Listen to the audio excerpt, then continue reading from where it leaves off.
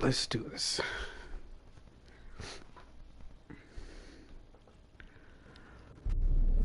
I see you gather before me. Hungry, terrified, clutching your babes to your breast. Emperor Emir has marched his legions into our lands, laid siege to every fortress from here to the Blue Mountains. Rabid and ravenous, he bites and bites away.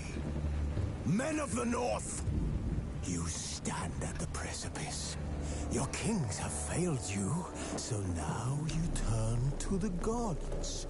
And yet you do not plead.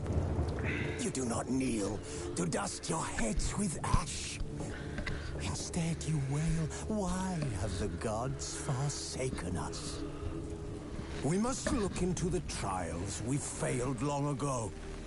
In a time past, our world intertwined with another through an upheaval scholars call the conjunction of the spheres. The gods allowed unholy forces to slip into our domain. The offspring of that cataclysm was the nefarious force called magic.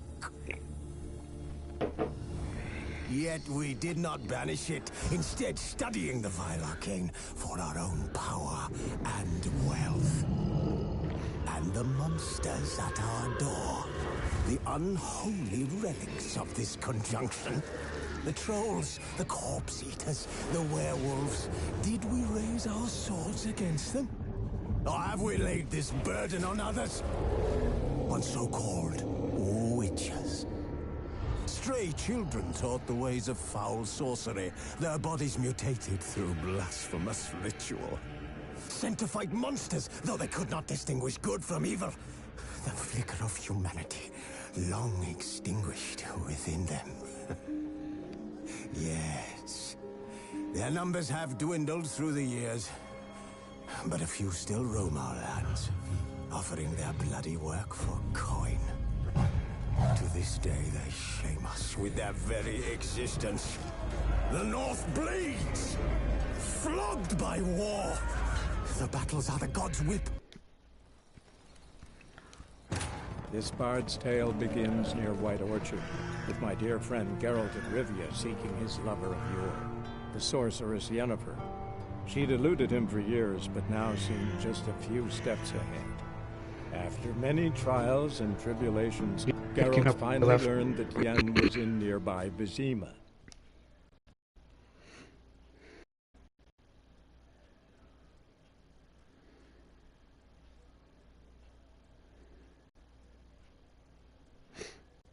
Yes, I have played this before.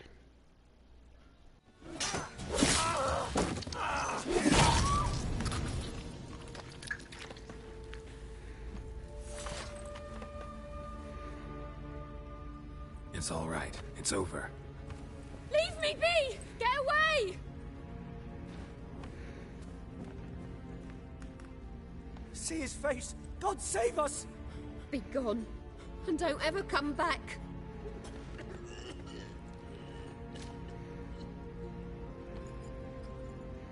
So much for not getting involved. Come on, let's go.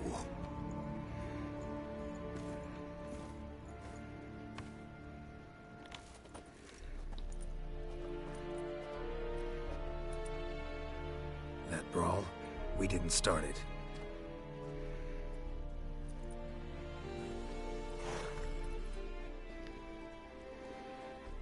Excuses, excuses. You've not changed a bit. Yen? How? I received a report about a witcher who'd appeared in White Orchard. I knew it was you, looking for me. I might have waited until you found me, but... well, you know me. Patience has never been my strong suit. It's... good to see you, Geralt. I'd even embrace you. Were you not covered in blood? Sorry. Wasn't expecting to see you. To be honest, this isn't at all how I imagined we'd meet. How did you imagine it? You didn't imagine you'd have a Nilfgaardian escort. Don't get me wrong, Yennefer. I'm glad to see you. But I do think you owe us an explanation. And I shall provide it. In Vizima. Ready your horses.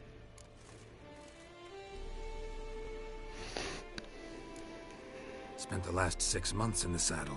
Haven't seen you for 2 years. Can't we take a moment to... Sadly, we cannot. Someone awaits you, Geralt. Someone who doesn't like to be kept waiting. Emperor Emir var Emreis. Or, to those on more intimate terms with him, the white flame dancing on the graves of his foes. Doubt I number among that group. Far as I remember, last time we saw each other, he wanted to kill me. Well, now he wishes to make you an offer. The kind one can't refuse? I didn't, though I could have. Fine.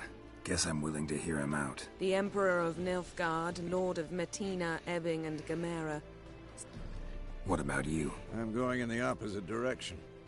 I somehow doubt the Emperor... Yeah, I remember. How's your horse?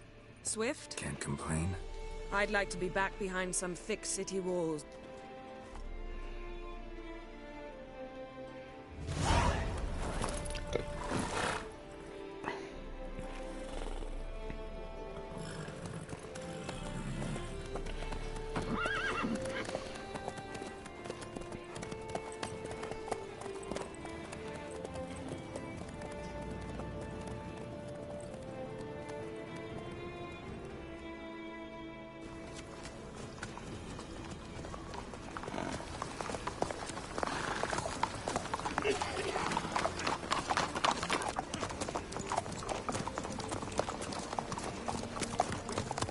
You know, I had a dream about you recently.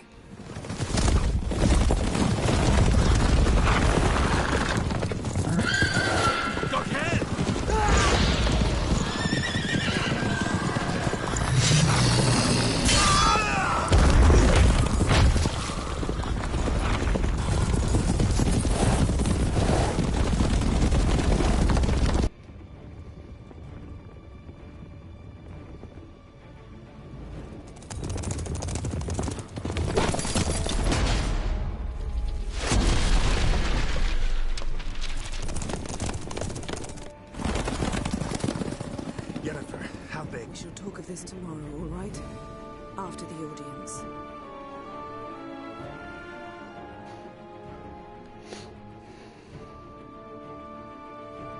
This bard's tale begins near White Orchard, with my dear friend Geralt of Rivia seeking his lover of yore, the sorceress Yennefer.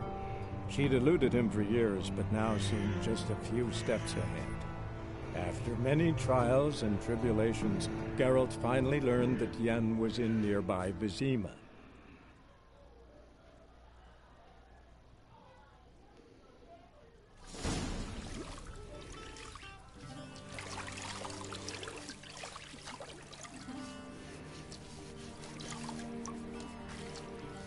The gentleman will be seated on the bergère. The what now? In that... Catwin, please shave the gentleman's sideburns to half an inch.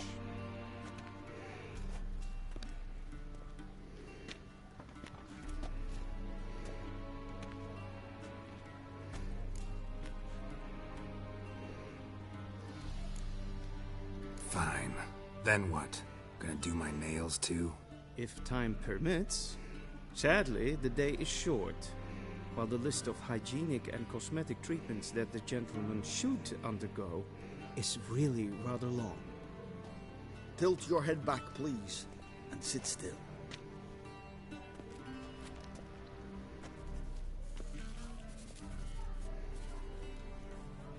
And prepare to answer some questions.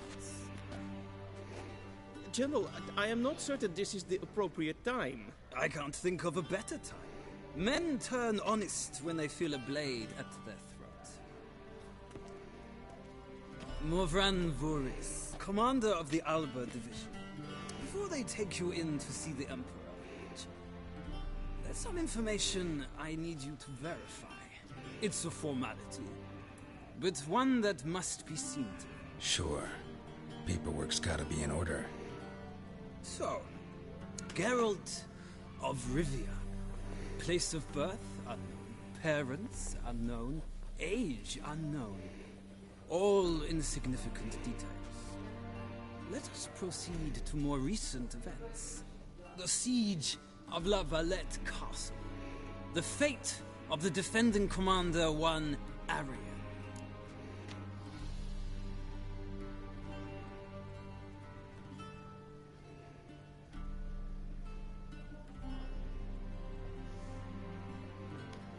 Foltest ordered me to clear the path. The boy stood in my way. Cutting down the La Valette heir. This made no impression on you? I suppose it wouldn't. What's some baron to an assassin of kings? Moving on. You then found shelter in charming Flotsam, and from there made your way to Vergen. My question is how?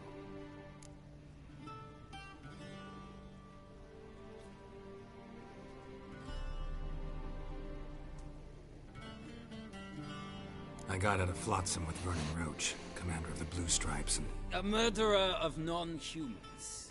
We know this gentleman well, Witcher.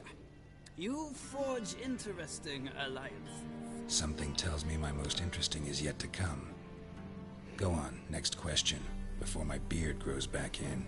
We shall shave you again if it does. Very well. The infamous summit at Loch Muin. You were there. And once again meddled in the affairs of the mighty.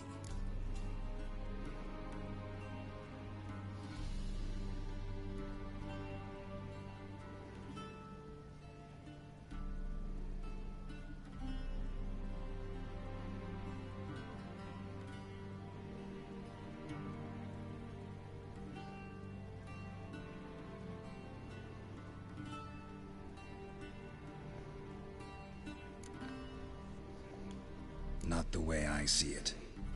I helped a friend rescue a child. Anais was not just any child. She was a pawn in a game you did not understand. You and Roach did not rescue her at all. At most, you moved her from one edge of the board to the other, fanning the flames of conflict. Nilfgaard recently started a war, unprovoked. So do us both a favor and stop moralizing. The gentleman must sit still. I'm almost done. I'm afraid I might find that difficult. Because, from what I know, shortly afterwards you watched a defective megascope blow your friend Sheila de Tanserville to bits.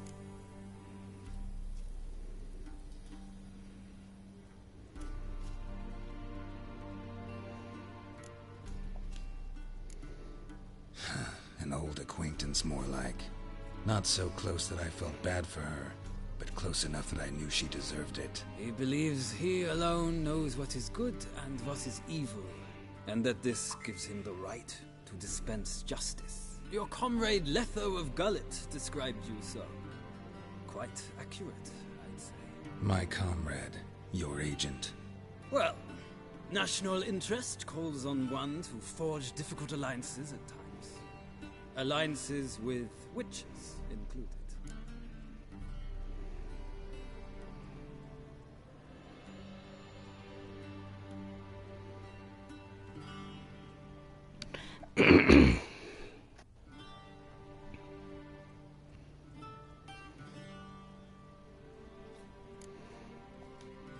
That an ongoing alliance? What's Letho up to? I had hoped you would answer that question. Ah, so Letho's hiding from you. Must have a good reason. Was there a shift in national interest that might have caused that? I don't know where he is. Wouldn't tell you if I did anyway. Blade or no blade to my throat. I believe that is all.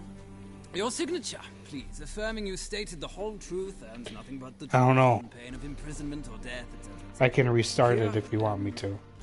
With these formalities seen to, I would ask the general to leave the room. We shall be choosing the gentleman's attire. An important matter, but one that does not require the general's assistance. Shame. I might have given you some advice. So long, Geralt. Good luck with your audience.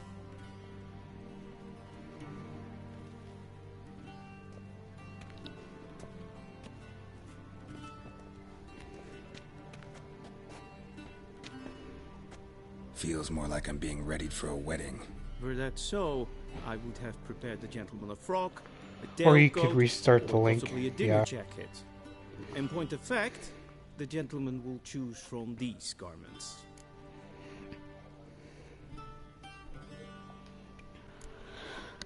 Black, black, or black? We do not like garish colors in Nilfgaard. The gentleman will tell me once he has chosen an outfit.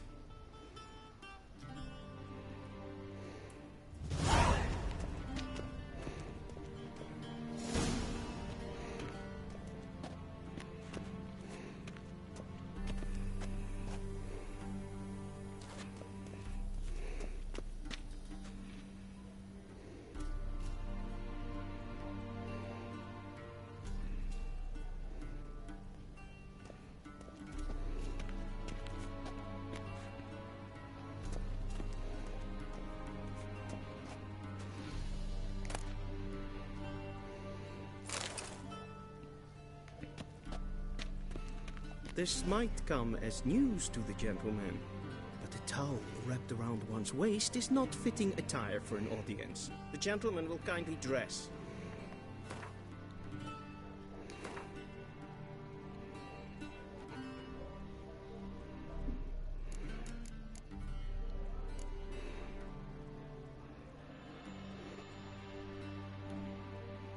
Hold on, I'll restart it.